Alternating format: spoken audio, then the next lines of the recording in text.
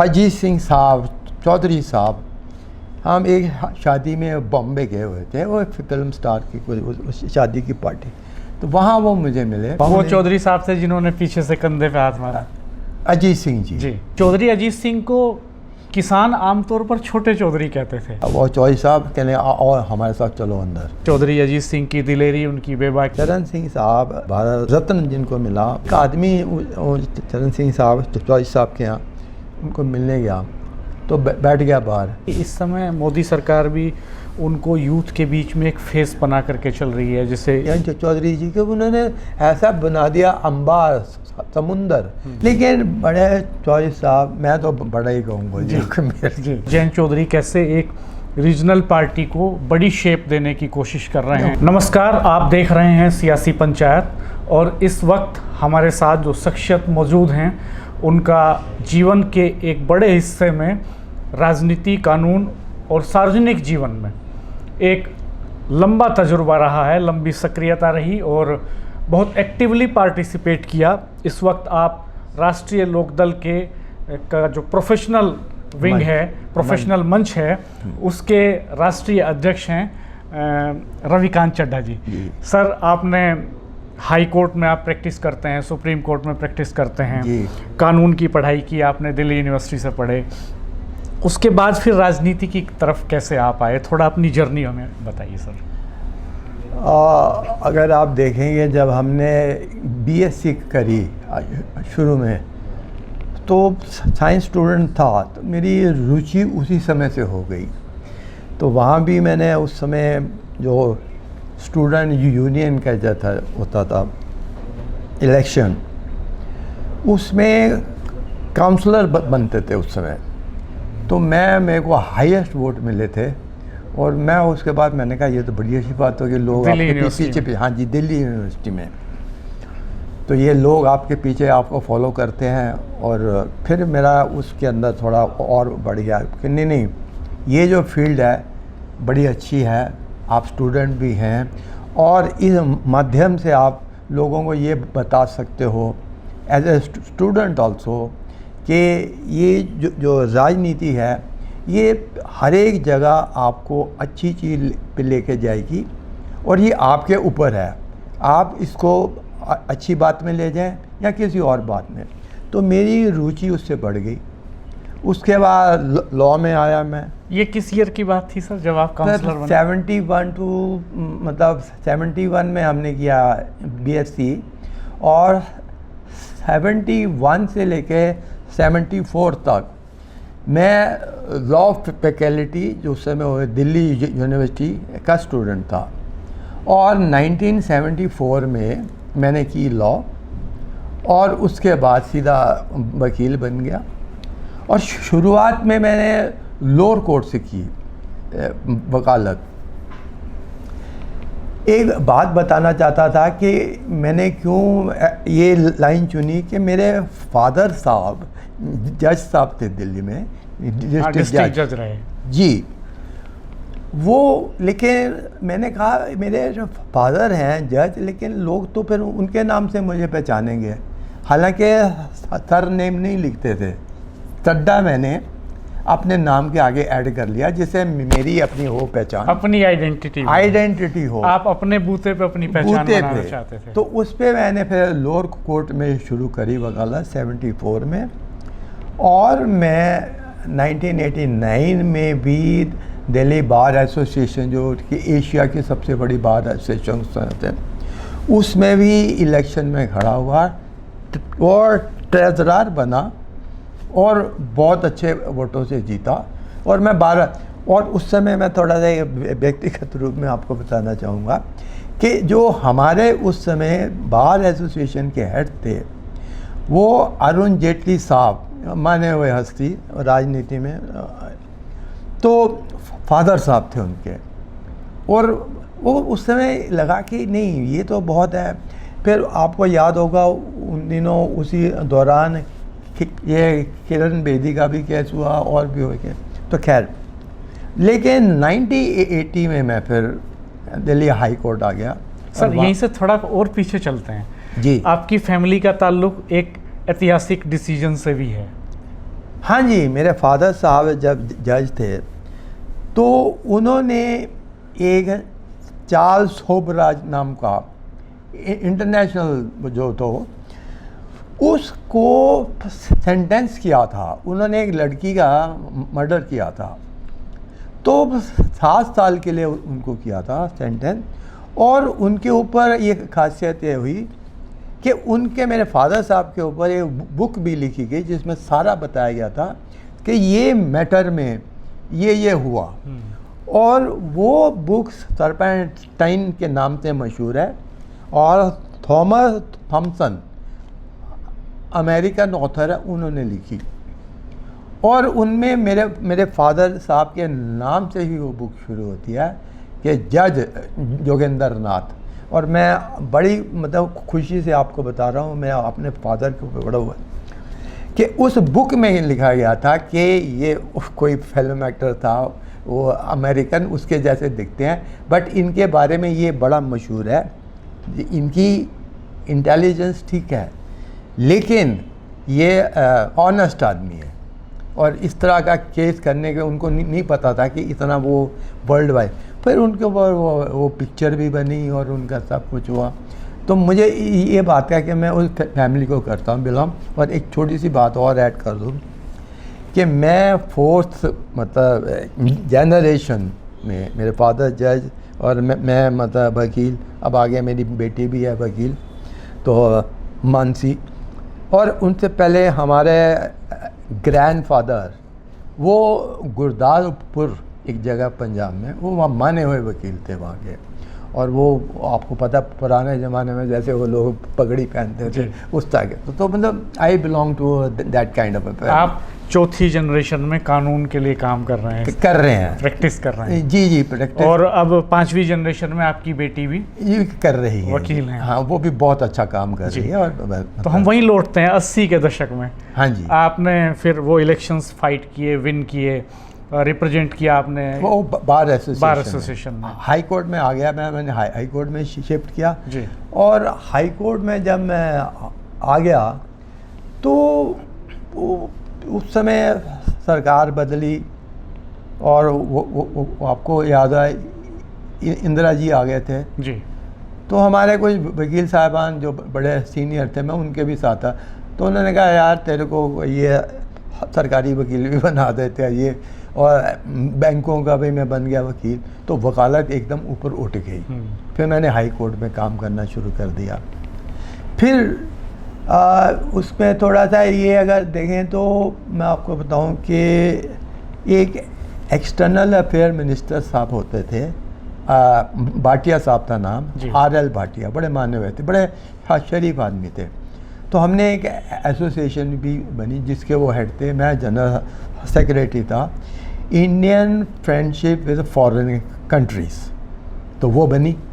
और उसमें खैर आपको जैसे मैं आप इस बात को वो नहीं करूँ, पूरी तरह बताऊंगा कि उस समय हम लोगों की राजनीति में एक कम्युनिज्म के ऊपर था। तो मैं उन कंट्रीज़ में गया, ईस्ट जर्मनी गया और पोलैंड गया, और वो ये कहते हैं कि क्या वो ताशकंद गया, इस तरह के उन कंट्रीज़ में गया। पर मैं उसको मानता हूँ कि ये मेरी एक्टिविटी थी, वकालत एक तरफ थी। और वो तो पॉलिटिकल में फिर मैं आगे भी गया, फिर और बड़े बड़े थे लीडर, उनके साथ भी रहा।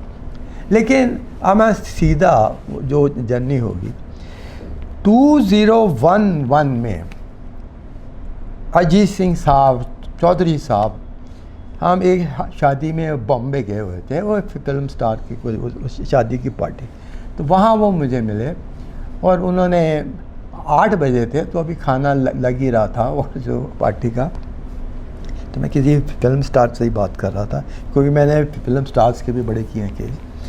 तो वो पीछे से किसी ने हाथ मारा, तो उन्होंने कहा चड्डा साहब ये बिरयानी वाले में कहाँ खड़े हो आप, आओ मेरे साथ खाना खाते हैं। तो मैं चला गया।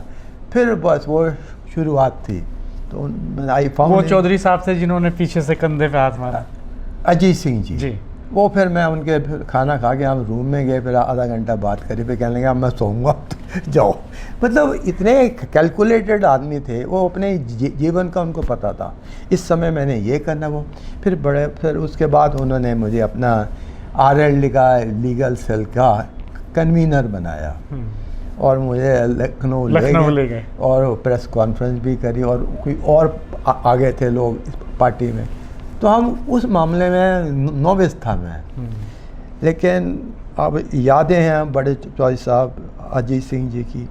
उनका सर एक दिलचस्प बात और है, उन यादों में आप हमें ले चलेंगे निश्चित तौर पे अभी। बिल्कुल। चौधरी अजीत सिंह को किसान आमतौर पर छोटे चौधरी कहते थे, और छोटे चौधरी के नाम से वो मशहूर थे उस वक्त, चूँकि बड़े चौधरी चरण सिंह और फिर वो आए तो छोटे चौधरी अजीत सिंह जी हो गए। खैर, चौधरी अजीत सिंह जी के बारे में आप बता रहे थे। मैं ये बता रहा था कि मैं उस समय भी जब शुरुआत में, तो वो सिविल एविएशन के रहे मिनिस्टर, तो उस समय थे। तो एक बारी सेक्रेटरी साहब का, मतलब अभी शुरुआत थी मेरी उनके साथ, कोई इतना नहीं था, वो कहते हैं कि मैं उनको बहुत मिलता था। तो मुझे मेरे घर पे आया मेरे फ़ोन कि वो उन्होंने बुलाया आपको चौधरी साहब। तो 12 नंबर कोठी तुगलक रोड पे होती थी। तो मैं उनके घर के सामने उन्होंने अपना एक ऑफिस बनाया हुआ था, तो बाकी स्टाफ के लोग उधर बैठे। तो मैं पहुंच गया, तो वो आ गए, वो चौधरी साहब कहने और हमारे साथ चलो अंदर। गया तो वहाँ पर मैं हैरान हो गया कि वकील मुझे भी जानते थे, वो बैठे हैं। तो उन्होंने कहा, मुझे इंट्रोड्यूस कराया कि ये हमारे हैं। अब सामने ही चड्ढा साहब, ये बताओ इलाहाबाद हाई कोर्ट का जो बेंच यहाँ बनेगा? तो मैं कह जी आप बताएं, हम करते हैं कोशिश। तो उनके सामने और जो वकील साहब आए जो यूपी के थे, तो उनका कहा जी ये भी अब आपके साथ रहेगा। तो इस तरह के आदमी थे वो। मतलब आपसे बात कर रहे थे कि आप लीगल एस्पेक्ट बताइए, कैसे बेंच बने वेस्टर्न यूपी में इलाहाबाद हाई कोर्ट। हाँ जी। तो उस समय कपिल सिब्बल साहब थे, लॉ मिनिस्टर, शायद वो हुआ। फिर वो खैर वो थे तो हमारे दोस्त, और अभी हैं अश्विनी जी कुमार साहब, अश्विनी कुमार भी थे, पर पता नहीं क्या हुआ, हमसे एग्री कर लिया, फिर वो नहीं बनाया। तो उस बात पे चौधरी साहब उनसे नाराज़ रहे बहुत कि भैया अगर अब इलाहाबाद हाई कोर्ट कहाँ, और यहाँ मेरठ, वहाँ भी कुछ थोड़ा बहुत आगे पीछे होता है। नहीं, ये मेरठ वाले कहते थे यहाँ बनेगी, यहाँ ये मुरादाबाद आगरा वाले कहने लगे। हाँ जी, तो वो पॉलिटिक्स हो गई उसमें, खैर वो बीच में रह गया। लेकिन बड़े चौधरी साहब, मैं तो बड़ा ही कहूँगा जी, चौधरी चरण सिंह जी को मैंने नहीं देखा, लेकिन उनके बारे में मुझे सब पता है। वो भी एक देश के ईमानदार प्राइम मिनिस्टर है। उन्होंने थोड़ी देर के लिए काम किया, लेकिन उन्होंने नूरपुर गाँव में, मतलब जहाँ मैं गलती करूँगा मुझे बता देना, गांव से लखनऊ गए, लखनऊ से 7 रेस कोर्स रोड में आना बड़ा मुश्किल। यहाँ थोड़ा करेक्शन करेंगे सर। हाँ। अभी मुझे भोला शंकर शर्मा जी ने ये करेक्शन किया मुझे भी। आमतौर पर देश के प्रधानमंत्री 7 RCR में ही रहते हैं, लेकिन चौधरी साहब अकेले ऐसे प्राइम मिनिस्टर थे जो 7 RCR नहीं गए। वो 12 तुगलक रोड रहे प्रधानमंत्री रहते हुए भी। हाँ। तो ये आपने सही कहा सर, ये जो जर्नी है नूरपुर की झोपड़ी से लेकर के और प्रधानमंत्री के घर तक की जर्नी, पद तक की जर्नी, ये वाकई कमाल है। वो किसान के नहीं थे लीडर। मैं अब थोड़ा बहुत जो पढ़ा, आप करेक्शन कर दी हिस्ट्री में, कई बार तो वो स्कूल की बुक्स में हो जाता है चेंज आजकल के, तो ये क्या लिख दिया, ये लिखना। एनी हाउ, तो कहने का मतलब ये है कि चरण सिंह साहब भारत वो रत्न जिनको मिला, और बड़े हम मतलब उस सरकार के भी बहुत आभारी हैं। वो एक ऐसे आदमी थे कि उनको किसान का लीडर कहा जाता था, कि भी ये किसान है सिर्फ, पर किसी ने उनका वो रूप नहीं देखा जो हमें बातें पता लगी जी, कि वो सामाजिक को भी देखते थे, कि कोई ऐसा आदमी ना रहे कि जो जिसको कि मतलब उनके उसमें जो उन्होंने मतलब बन गया, प्राइम मिनिस्टर भी बन गए या उससे पहले भी थे राजनीति में, उन्होंने एक इकट्ठा करने का काम किया। और उनकी कैपेसिटी जो उस समय थी ऑर्गेनाइजेशन फॉर्म करना और किसी में नहीं, मतलब आज भी वो ऐसे थे कि लोगों को एक साथ ले आते थे, फिर उनको बताते हैं ये फ़ायदा ये नुकसान है। अब एक छोटी सी बात जिसमें मैं आपको बताऊंगा कि एक आदमी चरण सिंह साहब चौधरी साहब के यहाँ उनको मिलने गया, तो बैठ गया बाहर, तो वो जा रहे वो छठी लिए थे, तो उनको अरे भाई तू क्यों बैठा है यहाँ, ये बात मैंने सुनी भी और बुक में भी कहीं मैंने पढ़ी। उसमें उन्होंने ये कहा भैया क्या हो गया, कहता जी वो थाने में मैं गया था, उनको कहा जी लिख लो रिपोर्ट, उसने कहा यहाँ भाग जा नहीं तो पहले पैसे दे दूँ। तो कहना है कौन सा थाना है, तो उनके पता नहीं क्या हुआ, वो चौधरी साहब के पास उन्होंने कहा तू अपना हाथ ला, हाथ पे लिख दिया इसके जो बोल रहा है वो काम करो। और कोई उनके पास स्टैम्प थी यहाँ ये पड़ा है, लगा दी क्या अब जा तो थाने में। तब बाबू जी वो फिर मारे गया पैसे, कहते तू जा तो सही। तो वो आदमी गया वहाँ, जब उसने अपना हाथ भी दिखाया, अरे क्या लिखा है इसमें, तो पीछे वो चौधरी साहब खड़े थे, कहते हैं मैंने लिखा है, तो जानता मैं कौन हूँ, वो उठ के खड़ा हो गया।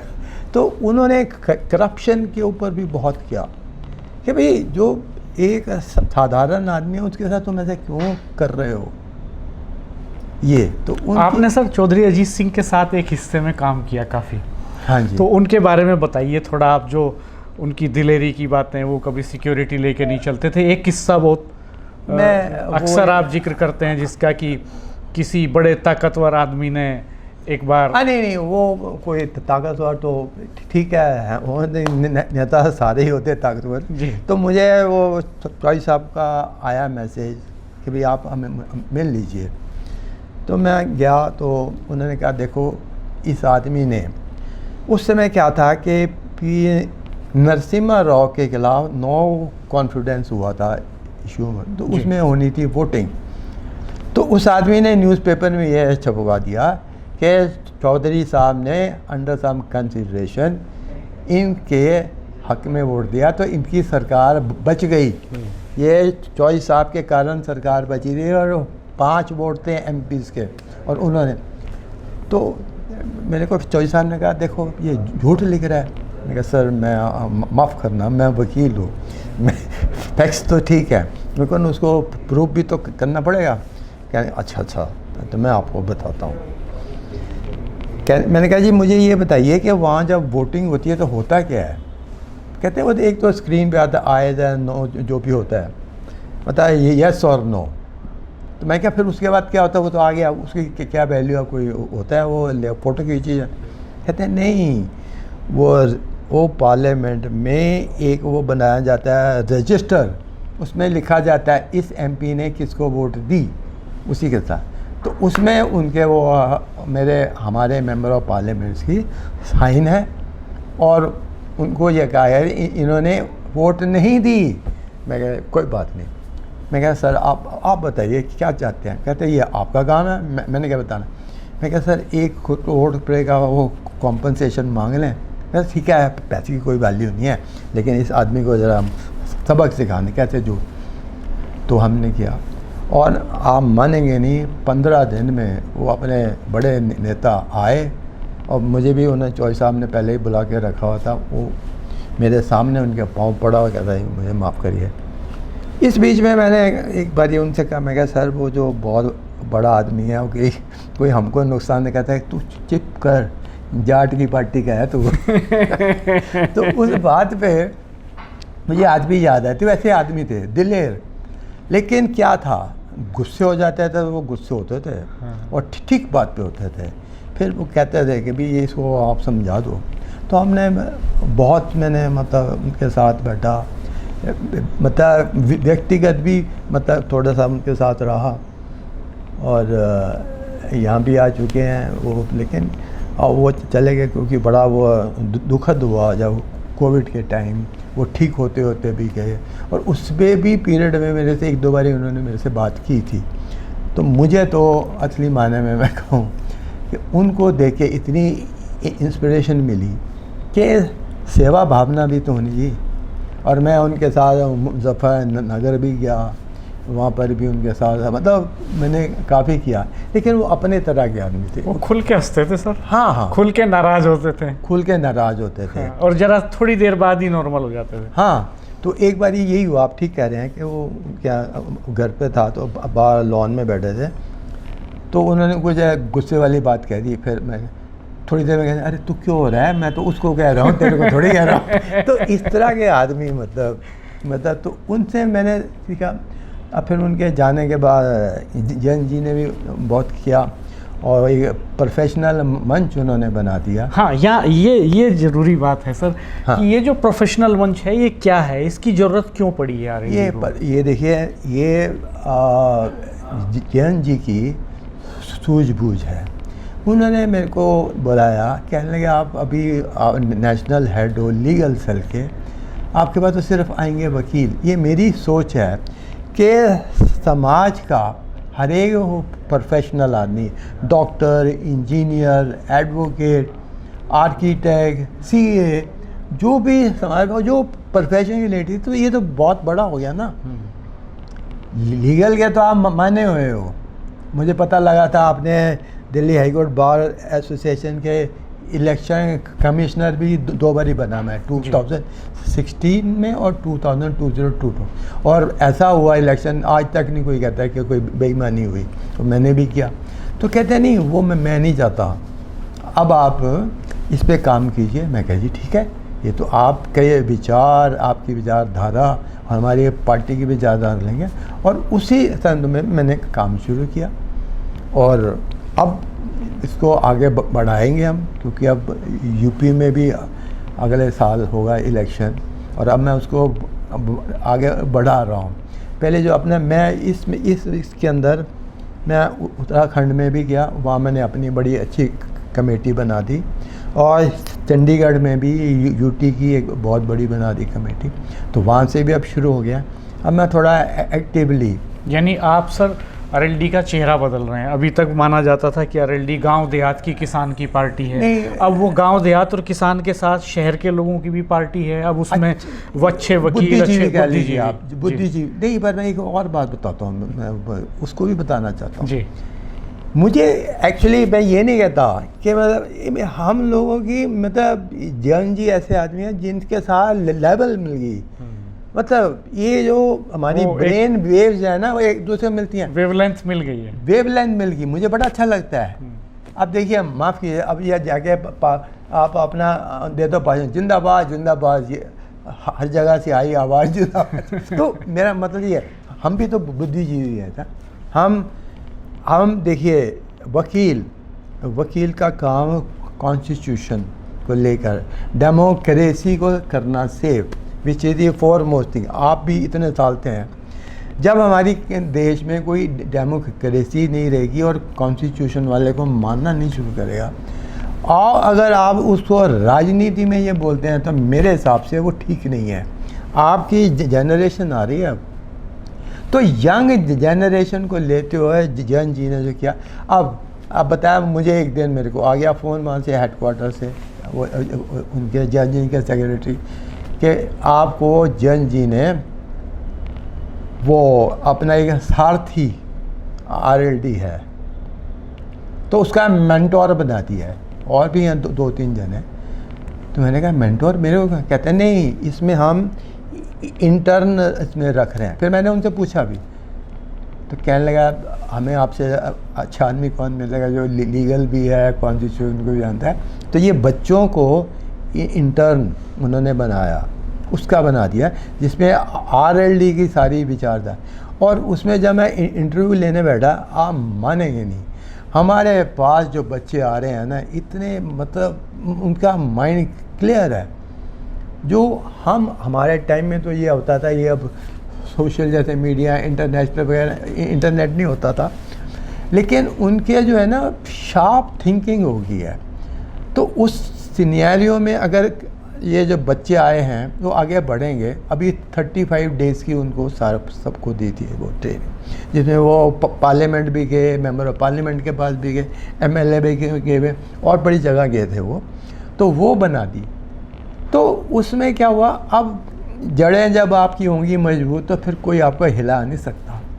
लेकिन अगर यंगस्टर आपका माइंड वेवर कर रहा है, मैं इधर जाऊं उधर जाऊं, उससे काम नहीं बनेगा।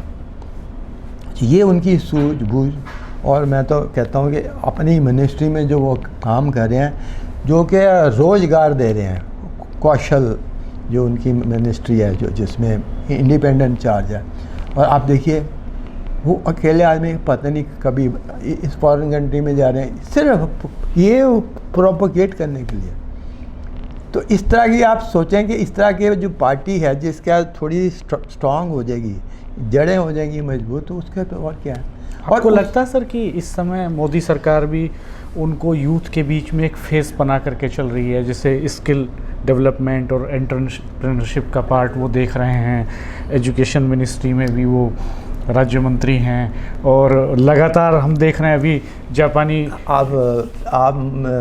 आपने डॉक्टर साहब मुझे उलझाने की कोशिश कर रहे हो, लेकिन मैं आपको बताऊं, मैं अपने तरफ देखता हूं ना, पहले मेरा घर में क्या हो रहा है। जब मेरा घर ठीक है, मेरे लीडर को, now he is the person who is the main leader of the party, वो अपनी इस यंग एज में इतना काम कर रहा है, वो सीधी वो दिशा में रह रहा है, तो अगर वो कर रहे हैं फॉलो, तो ये हमारे लिए खुशी की बात है ना। क्योंकि अब NDA में आने के बाद आपकी जड़ें उन्होंने देखा कि मजबूत हैं। इलेक्शन तो मतलब ये राणा साहब, डॉक्टर साहब आते रहते हैं, जाते रहेंगे, लेकिन जो पार्टी होती है अल्टीमेट वही आती है काम। अब आप देखेंगे पुराने मतलब वो टाइम के भी लीडर्स अब आगे आ रहे हैं, जो जिन्होंने फ्रीडम फाइटर रहे हैं जो भी। तो मेरा कहने का मतलब, अब त्यागी साहब, KC त्यागी साहब आ गए, मैं उनको भी जानता हूँ अच्छी तरह। तो वो भी एक ऐसे लीडर हैं जिन्होंने सेक्रीफाइस की हुई है। तो जनरेशन में वो सारी पीढ़ी दर पीढ़ी अब जो आ गई, और जन जी हैं वो आज यंग व्यू को लेके चल रहे हैं, तो इससे अब आप सोचते हैं कि मतलब वो पार्टी अच्छी नहीं होगी। यानी मैं तो एक कॉम्बिनेशन बना दिया उन्होंने, अनुभव, आपके जैसे तजुर्बे वाले माहिर लोग और पॉलिटिशियंस, बुद्धिजीवी, और फिर यंग जनरेशन, सबको एक साथ लेके चल रहे हैं। करना, देखिए तो करना था, लेकिन क्या सूझबूझ तो उनकी है ना। अब मैं कहता रहूँ जी मैं ये हूँ वो, मैं डोल पीटता रहूँ, कुछ नहीं होने वाला। तो ये पॉलिटिकल अगर अच्छी पार्टी हो तो वो ही लोगों को आगे लेके जाएगी। अब देखिए आज का, देखिए अभी की जो वो मेरा अपना विचार है, मैं किसी और की बात नहीं। आज की राजनीति, अगर आपने राज भी करना है तो आपके पास स्ट्रेंथ तो होनी चाहिए। अगर आपकी सरकार ही 2 दिन बाद नीचे गिरी तो उसका क्या फ़ायदा। तो उसके लिए होता होगा कोई, मैं नहीं जानता, कोई कॉम्प्रोमाइज़, लेकिन आप अगर उसको आगे लेके जा रहे हो और उसमें जो फंडामेंटल्स हैं, अब तो हम तो अपनी RLD के ही है ना, तो RLD के जो विचारधारा हम उससे कर रहे हैं ना। आज तक कोई नहीं कहता कि जी हमने उसको छोड़ा, हम गए, but it is the formation of the government. अब गवर्नमेंट ही नहीं होगी तो फिर क्या करेगा फिर? सर अभी उत्तर प्रदेश में चुनाव आने वाले हैं 27 के विधानसभा के, और उत्तराखंड में भी होने वाले हैं जी। तो ये जो आपका प्रोफेशनल मंच है, हाँ जी, क्या ये चुनाव में भी कोई भूमिका निभाएगा RLD के लिए? बिल्कुल निभाएगा, बिल्कुल बनाया। थोड़ा इलेबोरेट कीजिए सर, कैसे? नहीं, इसको मैं इस तरह से करूँगा इलेबोरेट कि जब अब एक सोसाइटी का एक फैक्शन है कि अब सबको आप सिंगल आउट कर दीजिए, डॉक्टर को कर दीजिए, वकील को कर दीजिए, और जितने भी हैं प्रोफेशन, तो अगर उनके थ्रू ये मैसेज आएगा कि RLD इज़ द पार्टी, तो ये आगे दायरा नहीं बढ़ेगा। तो उस दायरे को तो मैं उस नज़र से देखता हूँ, जब तक आप नहीं करें। अब कई अभी डॉक्टर साहब को भी हमने किया था भाई, अब वो डॉक्टर साहब अपना उनका हॉस्पिटल है जैसे, तो वो अगर लोगों के काम करते हैं और साथ में ये भी है कि मैं इस पार्टी का हूँ, तो नाम तो जाएगा ना आपका। आपकी स्ट्रेंथ नहीं बढ़ेगी। मतलब I take it from bottom. आज एक हूँ मैं, फिर कल मैं 1000 होऊंगा, फिर लाख हो जाऊँगा। और ये राजनीति है ही यही। आप इस चीज़ को तो मानते हैं ना? निश्चित तौर पर जो बिकता है वो बिकता है। अभी वो जैन जी का फोकस ये भी है कि जैसे महिला आरक्षण की बात चल रही है तो महिलाओं का पार्टिसिपेशन बढ़े, तो क्या प्रोफेशनल्स जो हैं महिलाएं वो भी जुड़ रही हैं आपके प्रोफेशनल? वही मैं आपको शायद याद होगा लास्ट टाइम जब हम मेरठ यूनिवर्सिटी में गया था, हाँ, एक बड़ा सम्मेलन आपने मैंने किया था। उस समय मैंने कहा था कि जी मैं देख रहा हूँ कि लेडीज़ नहीं है हमारे साथ, तो हम उसको बढ़ाएं। और मुझे क्योंकि अब मैंने यंग लॉयर्स मतलब ऐसे शुरू किया है और आगे और भी बढ़ूँगा, और जो हैं युवा नेता उनको मैं कंसोलिडेट करके एक थोड़ा सा हर एक जगह में, अब क्योंकि विमेन भी हैं, अब आपके बहुत सारे हैं ये वेस्टर्न यूपी में। अब मान लीजिए वो अपना एक जगह है जैसे इधर बागपत है, बिजनौर है, तो वहाँ से मैं कोशिश यही कर रहा हूँ कि अभी भी मुझे थोड़ा सा ये लगता है कि वो विमेन में वो अभी उतना उत्साह नहीं है, या उनमें कोई माइंड में वो है कि भी कैसे बढ़ेंगे आगे। तो अब उनको इतना तो मैंने कर दिया है, एज ए वकील में मेरे पास बहुत लेडी मेंबर्स आ गई हैं, और मैं थोड़े दिनों में उनको भी अपने अपने पार्टी एक सर आरएलडी का अधिवेशन हुआ मथुरा में, और उसमें जैन चौधरी भाषण दे रहे थे। उन्होंने कहा कि इस बार वो उनके चुनाव का डिक्लेरेशन का मौका भी था, वो राष्ट्रीय अध्यक्ष चुने गए थे दोबारा। उन्होंने कहा कि मैं चाहता हूं कि अगली बार मेरे सामने अध्यक्ष पद के लिए भी लड़ने वाले लोग आएँ, और पार्टी में हर आदमी इतना कैपेबल हो कि वो अध्यक्ष बन सके और जिम्मेदारियां निभा सके। तो क्या प्रोफेशनल मंच ऐसे यूथ, ऐसे प्रोफेशनल्स को भी तैयार कर रहा है जो आने वाले समय में बड़े नेता बन सकते हैं, एमएलए एमपी के टिकट भी मांग सकते हैं? ऐसी भी कोई ट्रेनिंग, कोई तैयारी, कोई ऐसे प्लेटफॉर्म तैयार कर रहा है? मैं थोड़ा सा मेरा मतलब ये कहना है, आपकी बात बिल्कुल ठीक है। अब आप ये तो मान गए सेपरेट है हमारा विंग, बट किसके साथ है? पार्टी। हमारा विंग पार्टी के साथ है। तो अगर पार्टिसिपेशन होगा, अगर उनका भी होगा तो वो भी आएंगे उसमें। ये मांगने की बात नहीं है। देखिए हर जगह में आप चीज़ देखिए, जब ये होता है कि भाई ये चुनाव लड़ेगा वो नहीं लड़ेगा, तो ये तो जो होते हैं ऊपर टॉप लीडरशिप, हाँ टॉप लीडरशिप, जिनको ये पता है कि करना है, तो उसमें वो भी आ जाएंगे अगर उनका ऐसा है काम। अब इसमें जैसे कोई इंजीनियर है, वो डॉक्टर है, उसने इतनी अपनी स्ट्रेंथ दिखा दी प्रोफेशनल मंच में, हाँ, कि उसको मेन पार्टी ने कहा कि भाई तुम अब इधर आओ, अब आ जाओ तुम। बट ये वो उसका लिंक प्रोफेशनल के थ्रू ही होगा, लेकिन वो उसमें से लोग, तो यही तो उनकी सूझबूझ है कि इन लोगों को भी तो मैं आगे लेके आऊँ। क्या सर इसमें ऐसी भी कोई सोच है कि जैसे जब अलग अलग सेगमेंट को लेके काम करती है कोई राजनीतिक पार्टी, तो वो दल, क्षेत्र, जाति ये महत्वपूर्ण होती है उसमें? है जी। जब पार्टी जनता के बीच में काम करती है तो कई बार उसमें कास्ट के बैरियर्स होते हैं, रीजन के बैरियर्स होते हैं, लेकिन प्रोफेशनल मंच में तो चूंकि प्रोफेशन वाइज लोग आ रहे हैं तो ये सब बैरियर्स ख़त्म है वहाँ। हाँ ये तो होंगे ही, हर सेगमेंट से लोग आ सकते हैं। वो एक्चुअली पता क्या है, तो मैं ज़्यादा उसके बारे में नहीं बोलूँगा और ना ही मुझे इतना उसका ज्ञान है। There is political mathematics also. ये देखिए, अब कुछ सेगमेंट है, अब माफ़ कीजिए, जैसे हमारी पार्टी के पहले में शुरू में जाट पार्टी है, तो कह रहे नहीं कि इनकी वोट तो मिलेगी। वो तो खैर ठीक है, वो एक हमारी स्ट्रेंथ है, लेकिन उसके साथ अगर और लोग भी जुड़ रहे हैं तो फिर, और आज आप देख रहे होंगे जैन चौधरी साहब के साथ कितने लोग आ रहे हैं आगे।